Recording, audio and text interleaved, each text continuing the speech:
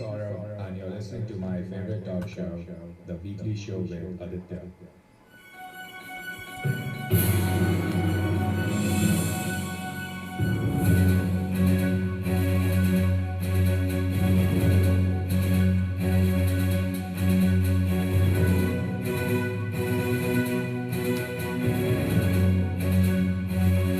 It's 10 minutes.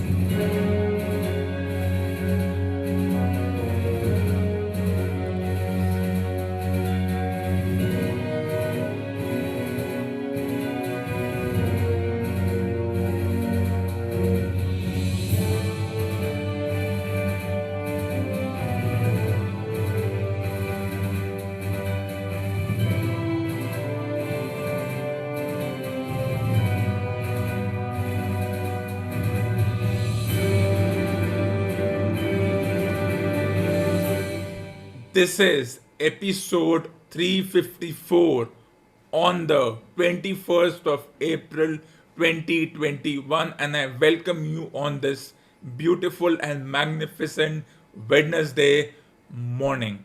Let's look at tonight's highlights.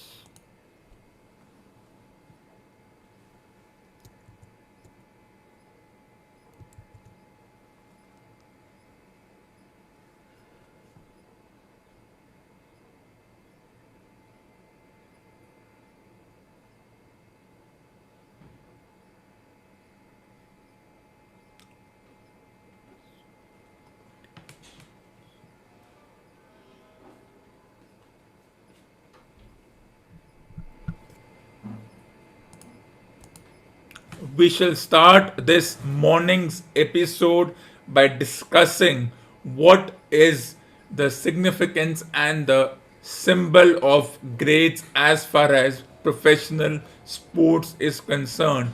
Then we shall move on to the song I Want to Break Free, which I'm sure every individual must be wanting to sing to break free from all the rumors spreading around. And then we shall review for the very first time the book Shantaram. So let's begin with the song I Want to Break Free.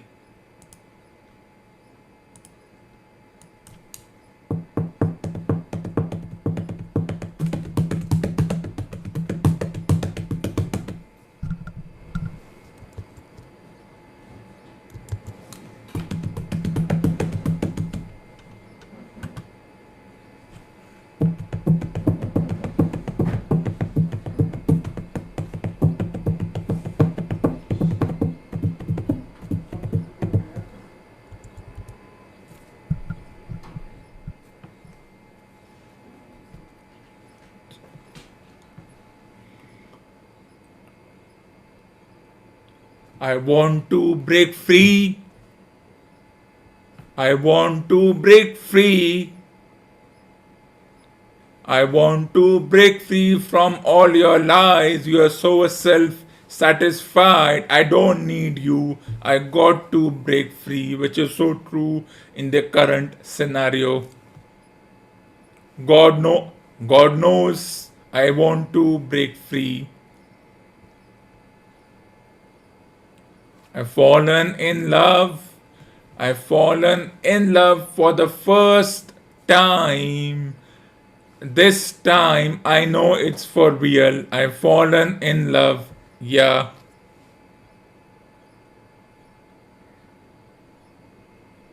God knows I've fallen in love.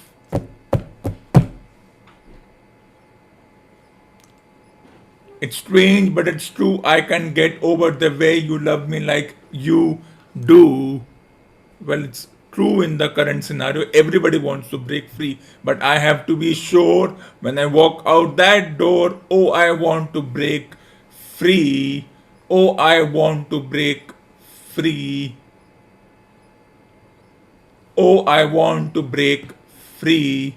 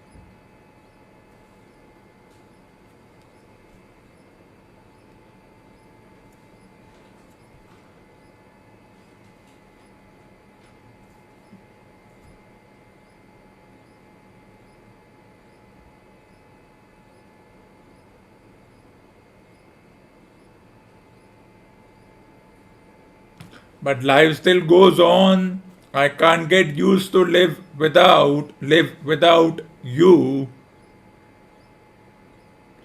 by my side. I don't want to live alone. Hey,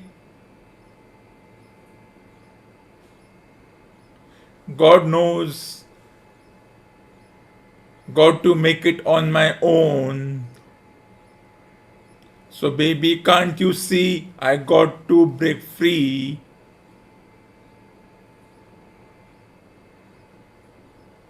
I've got to break free. I want to break free. Yeah.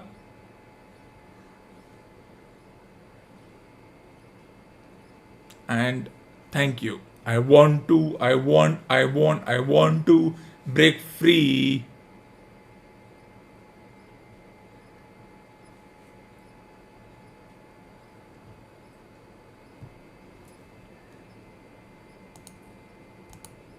Now let's move on to the first discussion point of this morning's episode. What do the letters A plus A, B, C, and D signify? For students and academicians, it's all about giving grades. But isn't giving grades subjective because the teachers used to give grades on our performance, on our academic and extracurricular performance, and then they used to put in their comments and give us grades. Well, grades are no better than the marking system, that is the numerical system. The letter system isn't better than the numerical system. It's subjective, whether it's the letter system or it's the grading system, because it signifies the haves and the have nots, a big divide.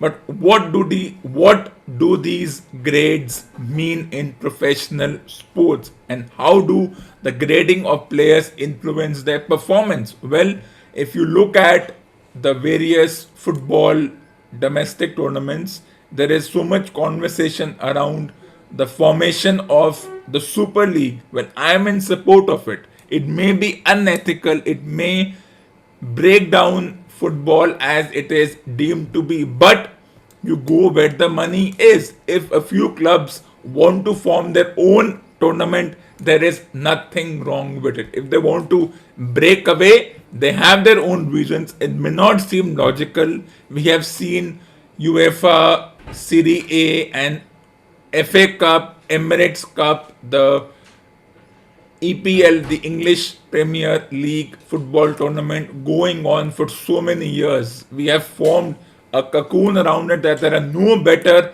tournaments than these. But is it time for these respective clubs to break free?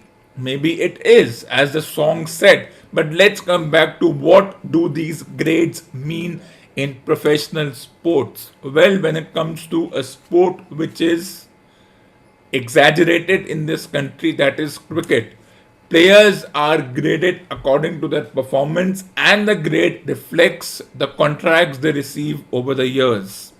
For example, Rohit Sharma, Virat Kohli, and Jasprit Bumrah have been retained in the A plus grading position, which means that annual retainership contract, which is apart from the domestic tournament and the commercial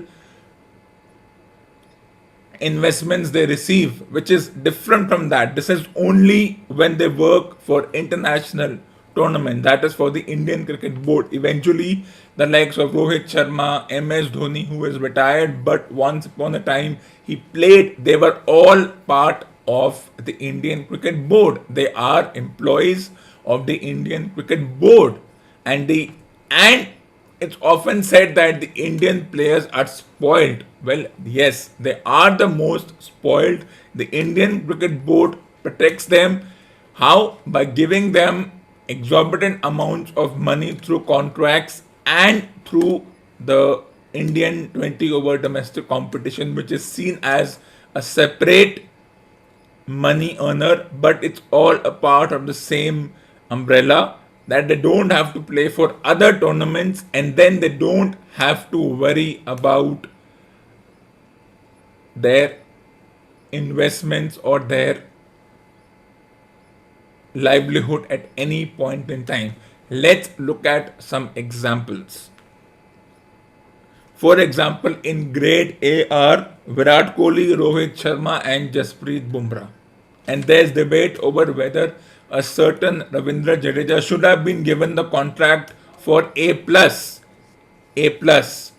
but he has not been playing for the past 4 to 5 months, so he has not performed in that time. Therefore, he is not given the grade A plus. In A comes Ashwin, Jadeja, Pujara, Rahane, Dhawan, Rahul, Mohammad Shami, Ishant Sharma, Rishabh Pant, and Hardik Pandya. For players like Rishabh Pant, it's a big jump from probably C to A, not even B. So he's performed and he's rewarded. It's all about rewarding and performance. But why do such gradings happen? Are they ethical? No. But it's kind of a little rude on those players who have. It reflects that okay, I am now a grade A player, I am a grade A plus player, which means I am untouchable. Even if I do not perform in 5 matches, they won't demote me. This is all about promotion and demotion, and because the Indian Cricket Board is a semi-autonomous corporate body, they follow that structure. Every other cricket board does. But why do players of other cricket boards abandon their national tournaments and rush in to play the Indian domestic over competition? Why? Because the popularity of the competition and the popularity they will receive after their performance. Who was Ben Stokes until the time he made his performance known in this tournament? Till 2016, Ben Stokes was a well known player in England. But once he made his debut in 2016, it changed him and his career. Now there's expectations from him to perform. Similarly, for someone like Josh Butler, who made his debut around 2014 2015 for his country, and 2016 probably for his domestic team, Indian domestic team.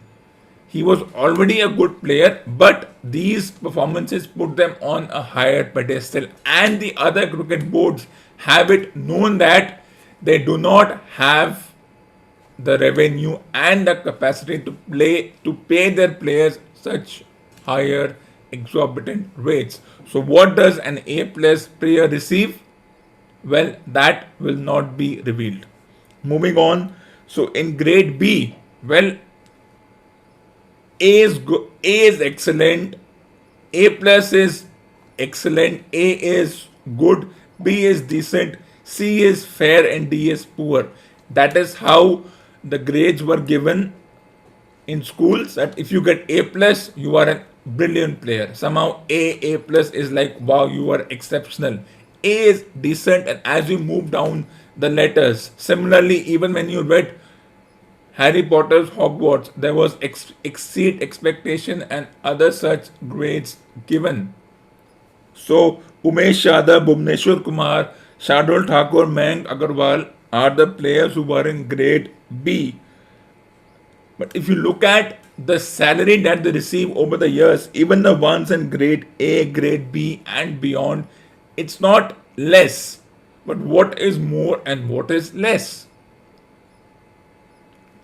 For example, if Bhuvneshwar Kumar is fit and he plays the next 10 matches and he picks up 50 wickets in the next 10 matches, he may be promoted after assessing his performance. So it's an HR, they are human resources. The Indian Cricket Board sees these individuals as assets and commodities, and if they perform, they receive, and if they don't, they perish. So it's a simple game of It's 10:15. perform and promote, or if you don't perform, you are demoted and you perish. That's a simple calculation, and that's how we see it.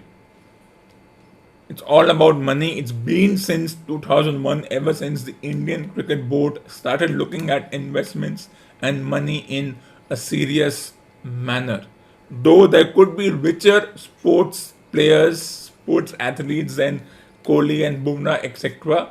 Ronaldo is known for that. Messi is known for that, for being rich, and with performance comes advertisement, with advertisements come revenue for the governing bodies, and when the governing bodies receive the advertisements, they give the share of that advertisement to the player in the form of salary. It's as simple as that. So does it influence the player that they are untouchable, that even if they don't perform, they are going nowhere? Well, if you look at the individuals in A plus, it shows the attitude of the board and the attitude of the advertiser and how we look at them. For example, 10, 2012, Rohit Sharma would have been in grade D, or in fact not even given a contract. Suddenly, 9 years later, 10 years later, he is this iconic player in the legendary books. How does that work? Well, it's a matter of perception. He was always a good player, so was Kohli, who have been playing for from 2007 onwards, but it's about a period of time in which they start performing. You look at them in isolation, in solos, in silos, and then when they perform, and then when it satisfies the Indian Cricket Board and their bosses. If we can look at the Indian Cricket Board as their bosses, they are given the rewards. Similarly, as students are rewarded with A plus, B, C, D, or by the school by giving them trophies for the best student award and other such trophies. And that's how things work, which means it's a purely performance based merit. You score 0, but you score 200 in the next 2 matches, and you will be awarded. If Rishabh Pant keeps playing like this, maybe a year or two later, when the contracts are renewed again, and when the Indian Cricket Board feels the salary is coming their way, they will surely promote him to A plus. But they keep limited people in the A plus category because according to them it's a special category. What other players received contracts? Shubman Gill, Mohammad Siraj, Akshar Patel were given their contracts, while Kuldeep Yadav was the biggest loser. Look at the term, the biggest loser. Why? Because he was not picking wickets. He was not doing what he was supposed to do as an athlete. And he slipped from grade A to grade C.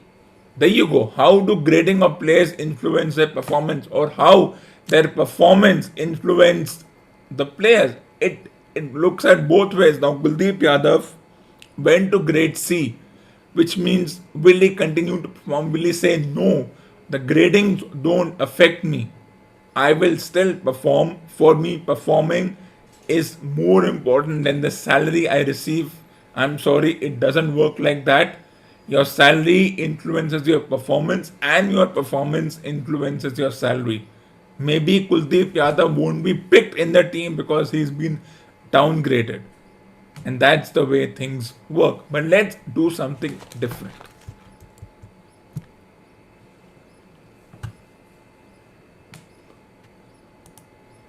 As it's a well known fact that the Indian 20 over domestic competition is going on, and the majority of the players are playing over there, which means the Bangladesh Sri Lanka test tournament is now at a grade B level. That is grade A plus, the Indian domestic tournament, and this particular tournament is at grade B or grade C. Now, when we talk about Sri Lanka, we are obsessed with certain players. We cannot go beyond them. For us, they are and they will remain grade A players. For example, Jasurya, Mullidharan, Ranatunga, De Silva, Sangakkara, Jayawardene, and many more. they are considered legends, but I think they are passé. They retired. They are coaches. They are administrators. They are done. Whether they whether they went on to win championships for their team, that's in the past. It's done. It's time to move on to the newer players.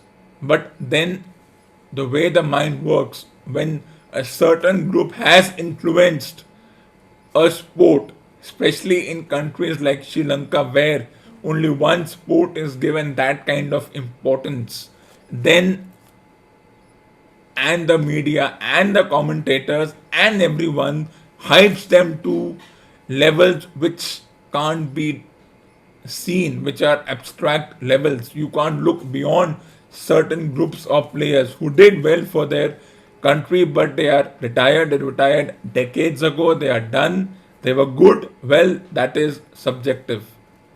It's time to move on to newer players who have already been part of the Sri Lankan setup, for example, for a while.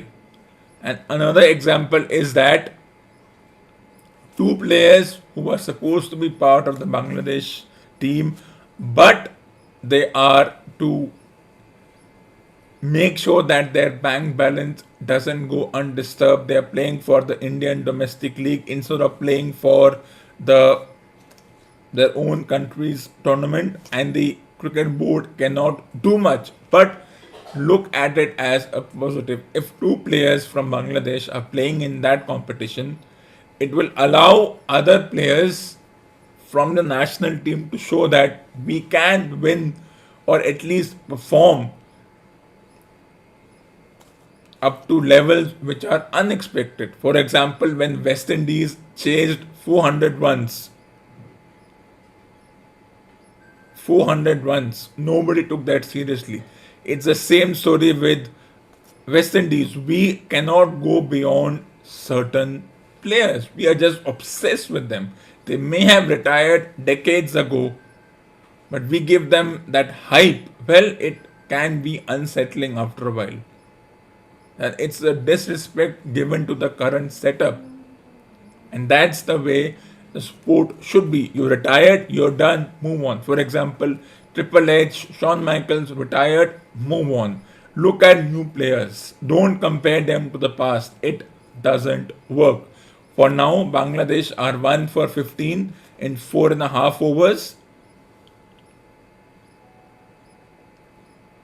Of course, age makes a huge difference in this sport. Let's just see as Lakman bowls to Tamim, who defends, and no runs. But before we go further, let's take a short break.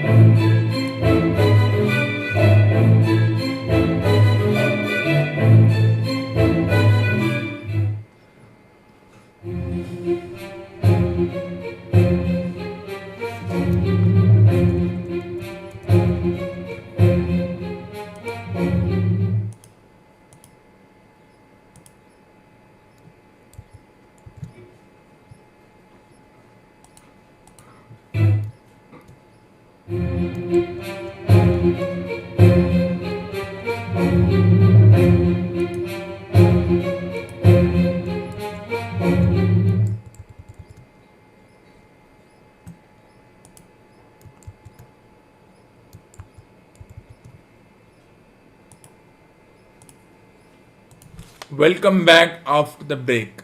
Welcome to the first book review of this popular talk show. We will start with the book Shantaram. Now, this book has a different take to most thriller and action packed novels. Let me just give you a glimpse of what this book entails. Shantaram is a literary masterpiece. Is the adventure of Lynn, who escapes from an Australian prison, lands in mid 1980s Bombay, and forges a relationship with the locals while hiding his true identity. So, who is Lynn? No one knows. This is a first person account of the character. He uses the pronoun I during the entire novel. First person account. He talks about his experience of landing in Bombay, the events surrounding it, and then the author exploits the racial stereotypes that every foreigner is subjected to. That is, as a Britisher, an English speaking person, or in Indian terms, a Gora. Even if they are from different countries and a foreigner's limited knowledge of India. So when the author lands in India, he of course sees the familiar sights of hustle and bustle. He gets into a taxi. He befriends the taxi driver who looks at him with awe as a foreigner, and then the story continues. Let's look at some of the racial stereotypes that the author exploited. For an Indian living in the north, we racially profile our fellow country folks from the south as Madrasi, and obviously outdated anthropological terminology being employed for centuries, and those in the northeast as Chinese due to their Mongoloid features and our gaping prejudice towards our neighbors. Now, the protagonist Lin is caught between the rock and a hard place. He begins his journey by living in the slum. By establishing a free clinic, he becomes the dearest of all his residents in the slum because he learns to speak the local language, that is Marathi and Hindi, flawlessly. He goes through different experiences. He partners with people who are seen as suspicious, who do not seem what they are, who they are, but because of his blind faith in them and because of his experiences and because these individuals give him the respect that he feels he deserves, he gets into business. He falls in love. There is a love hate relationship with the person he falls in love with, and of course there is that dilemma whether he should spend more time with like minded fellow travelers from other countries who he meets at Leopold's cafe, or should he spend time with the locals in the slum. He's always caught in that dilemma. And in this book, every page has a different race pulse to it. The plot changes every second. The author himself tries to put us in a situation where we don't know where this story will end. It continues on a path. There are moments of happiness and there is a sudden fall to moments of melancholy, tragedy, but the story continues. The author continues to relent. He himself lands in prison for a few days, so his experiences become more and more interesting. The protagonist struggles to balance the twin emotions of love and hatred, forging relationship with people who, like him, are also hiding their true identity and nature while agreeing to do things, getting into business that are against his moral code. But due to blind faith, he goes ahead and gets involved in questionable activities, and in this process, losing a lot of friends. Well, this ends the book review. It's time for a short break.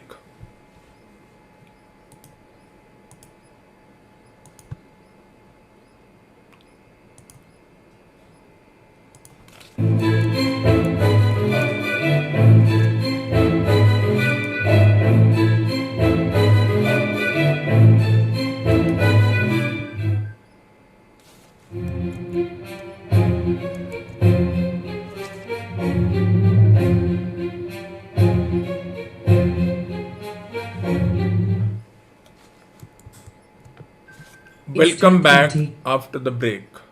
Let's continue. So, this ends episode number 354 on the 21st of April 2021.